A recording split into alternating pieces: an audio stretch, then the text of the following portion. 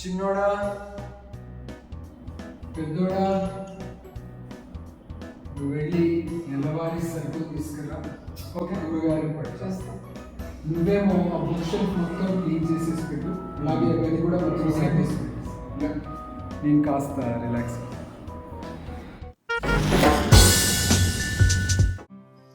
So ఇలాంటి సౌలభ్యం మనకు కూడా ఉంటే బాగుంటుంది అనిపిస్తుంది కదా.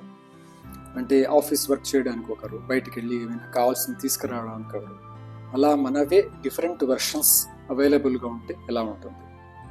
సరే, ఆ సంగతి ఒక్క నిమిషం పక్కన ఉంచి ఇవాళ ఒక ఆసక్తికరమైన కథతో మీ ముందుకు వచ్చాను. అదేంటో చూద్దాం. ఇది చాలా అద్భుతమైన కథ. మహర్షి సౌభరి అనే వారి గురించి భాగవతంలో వస్తుంది. సప్తాహాలు విన్న వాళ్ళకి ఈ కథ గురించి తెలిసి ఉంటుంది. బట్ అదర్వైజ్ ఇదంత సుప్రసిద్ధమైన కథ కాదు. ఆ మహర్షి తన బాల్యం నుంచే ఎంతో వైరాగ్యం ఉన్న వ్యక్తి. తల్లిదండ్రులు ఆయనకు యుక్త వయస్సు రాగానే నీకు వివాహం చేస్తాము అని అడుగుతారు. దానికి సమాధానంగా ఆయన, నాకు ఈ సంసారం పట్ల ఏ వ్యామోహం లేదు, నేను వివాహం చేసుకోదలుచుకోలేదు అని చెప్పేసి వాళ్ళ అనుమతి తీసుకొని అడవికి వెళ్ళి తపస్సు చేయడం మొదలు పెడతారు. అలా చాలా సంవత్సరాలు గడిచిపోతుంది. ఆయనకు ఎంత వయసు అయిందన్న విషయం కూడా ఆయనకు తెలియదు. దాదాపుగా వృద్ధాప్యం వచ్చేస్తుంది. అలా ఉండగా ఒకరోజు సంధ్యావందనం చేసుకుంటున్నప్పుడు 2 చేపలు ఒకదానితో ఒకటి ఆటలాడుకుంటూ సంతోషంగా ఉండడం చూస్తాడు. ఆయనకు ఆశ్చర్యం వేస్తుంది, మనసు చలిస్తుంది కూడా. నేనెందుకు ఇలాగ సంతోషంగా ఉండకూడదు, వివాహం చేసుకొని నా కొత్త జీవితాన్ని నేనెందుకు ఆరంభించకూడదు అనేది ఆయనకు ఆలోచన వస్తుంది.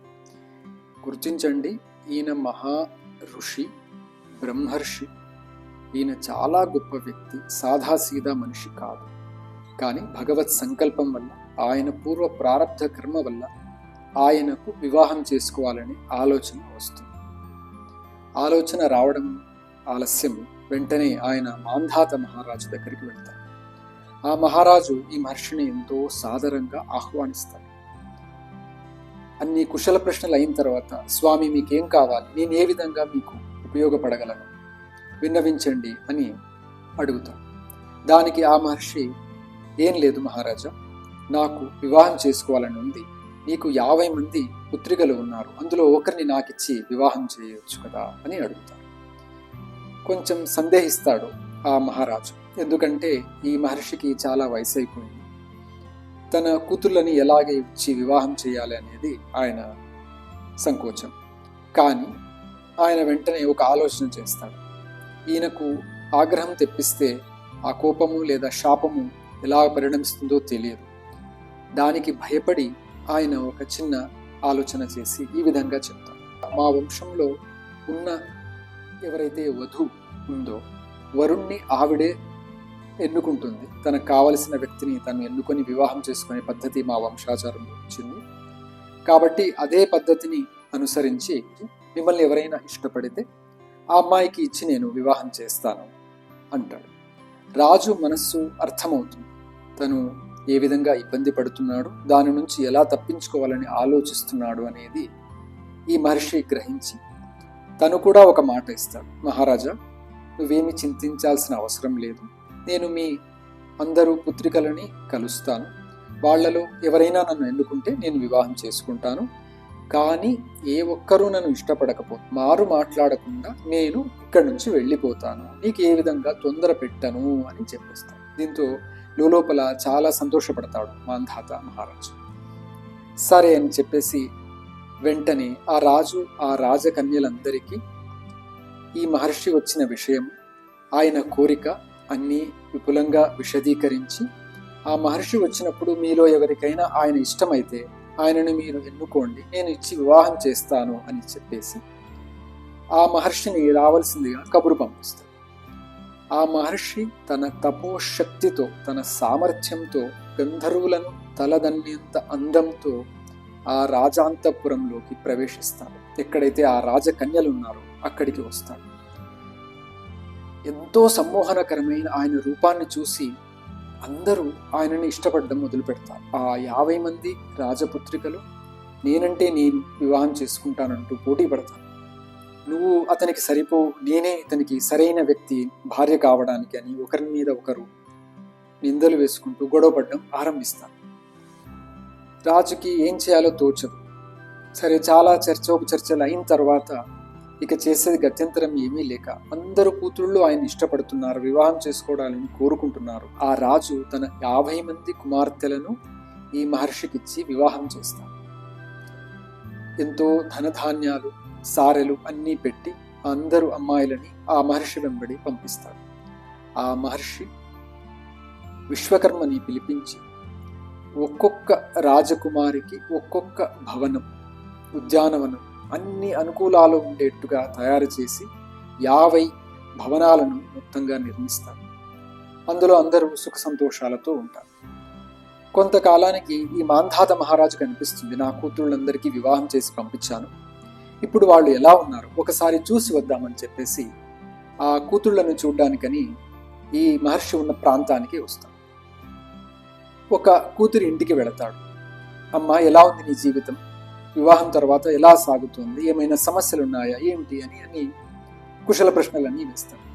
అమ్మాయి చెప్తుంది, నాన్న నాకు ఏ రకమైన ఇబ్బంది లేదు, అంతా బాగానే ఉంది, నా భర్త ఎప్పుడు వెన్నంటి ఉండి నన్ను చూసుకుంటారు, నాకు ఏ రకమైన ఇబ్బంది లేదు, ఒకే ఒక ఆలోచన లేదా ఒక చింత. ఏమిటమ్మా అది?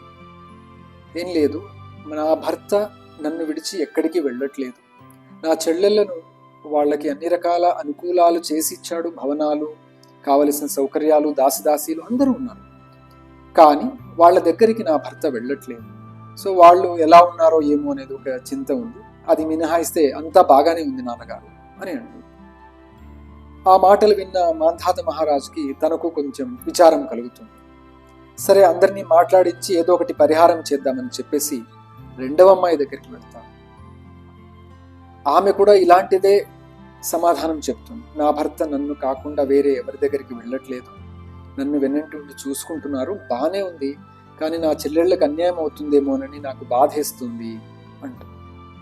అలా అడుగుతూ వెళితే 50 మంది అమ్మాయిలు ఇదే సమాధానం చెప్పారు. ఆయనకు మతిపోయినంత పని అవుతుంది.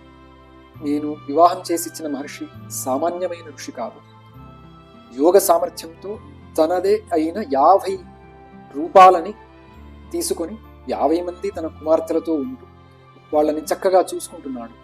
ఇంతటి యోగ్యుడైన మనిషి నా అల్లుడు కావడం నా పూర్వజన్మ సుకృతమని సంతోషిస్తాడు. ఈ మహర్షి కొంతకాలం తర్వాత మళ్ళీ సంసారం పైన వైరాగ్యం వస్తుంది. 2 చేపలను చూసి మళ్ళీ సంసారం పైన నాకు గాలి మళ్ళింది కదా అని చెప్పేసి ఇవన్నీ వద్దనుకొని 50 మంది భార్యలతో కలిసి మళ్ళీ అడవికేగి తపస్సు చేసి మోక్ష మార్గాన్ని పొందాను. బహుశా మీకు ఈ పాటికి అర్థమైపోయి ఉంటుంది నేను స్టార్టింగ్లో చేసిన multiple forms, multiple versions of మీ ఎందుకు అనేది. ఇది వర్చువల్ ప్రజెంటేషన్ లాగా ఒక చోట ఉండి ఇంకొక చోట నా ఇమేజ్ని ప్రజెంట్ చేయడం కాదు. ఇది 50 భిన్న భిన్న రూపాలు తీసుకొని భిన్న భిన్న కార్యక్రమాలు, అక్కడ ఏ ఏ కార్యక్రమాలు ఏ ఏ వ్యవహారాలు నడుపుతున్నానో అన్నీ వేరువేరుగా ఉంటాయి, ఒకదానితో ఒకటి సంబంధం ఉండదు. బట్ ఆ జీవికి ఉన్న అనుభవం మాత్రం ఖచ్చితంగా ఒకటి. ఒకే వ్యక్తి 50 రూపాలు లేదా తన యోగ్యతానుసారం ఎక్కువ రూపాలు తీసుకుని వేరే వేరే పనులు చేయడానికి సాధ్యమవుతుందా అనేది ఇక్కడ కథా సారాంశం. ఇది సాధ్యపడుతుంది. మీకు అనిపించవచ్చు ఏదో ఒక కథ చెప్పేసి ఇందులో సైన్స్ ముందు సాధిస్తుంది అని చెప్పడానికి. నాకు చాలా రోజులుగా ఒక సందేహం ఉండేది. ముఖ్యంగా భాగవతంలో ఇంకొక కథ వస్తుంది. వామనావతారంలో భగవంతుడు, వామన రూపి భగవంతుడు త్రివిక్రమ రూపం తీసుకొని తన కాలి అంగుష్టం అంటే బొటన వేలు స్పర్శ ద్వారా ఆకాశ కర్పరాన్ని భేదించి అక్కడి నుంచి ఆకాశగంగా వచ్చేలా చేశాడు అని చెప్పేసి. అది నాకు చాలా రోజులుగా సందేహం ఉండేది. ఆకాశం అనంతం శూన్యం, ఓపెన్గా ఎంత దూరం వెళ్ళినా అక్కడ ఏమీ ఉండదు. అలాంటిది అక్కడ నీళ్లు ఉండడం ఏమిటి, ఆ నీళ్లు భూమి మీదకి రావడం ఏమిటి అనేది నా సందేహం. ఇది అపనమ్మకం కాదు, ఎలా సాధ్యపడుతుంది అనేది ఒక ప్రశ్న నాలో ఎప్పటికీ ఉండిపోయింది. రీసెంట్గా ఒకటిగా సైన్స్ చేసిన ఒక ఎక్స్పెరిమెంట్ వల్ల తెలిసింది ఏంటంటే అంతరిక్షంలో హ్యూజ్ క్వాంటిటీలో, నమ్మశక్యం కానంత క్వాంటిటీలో నీటి నిల్వలు ఉన్నాయి. నేను ఆ రెఫరెన్స్ కూడా ఇక్కడ ఇస్తున్నాను చూడండి. శాస్త్రం అబద్ధం చెప్పలేదు. దాన్ని మనం ఎలా తెలుసుకుంటాం, ఎలా కనుక్కుంటాం, ఎలా జరుగుతుంది, ఎప్పుడు జరుగుతుంది అనేది కాలం మీద, భగవంతుడి సంకల్పం మీద ఇక్కడ మీకు ఇంకొక ప్రశ్న రావచ్చు. సరే, భగవంతుడు ఆ పైన అంతరిక్షంలో ఉన్న నీటి నిల్వలను స్పర్శించుండొచ్చు, కిందికి రావాలంటే సైన్స్ పరంగా కుదరదు కదా, ఎందుకంటే ఆస్ట్రాయిడ్స్ భూమి కక్షలోకి ప్రవేశించగానే అవి మండిపోతాయి. ఆ గుణం దానికి. పైగా అంతంత నీటి ధార ఒక్కసారిగా భూమి మీద వస్తే భూమి కొట్టుకొని పోతుంది.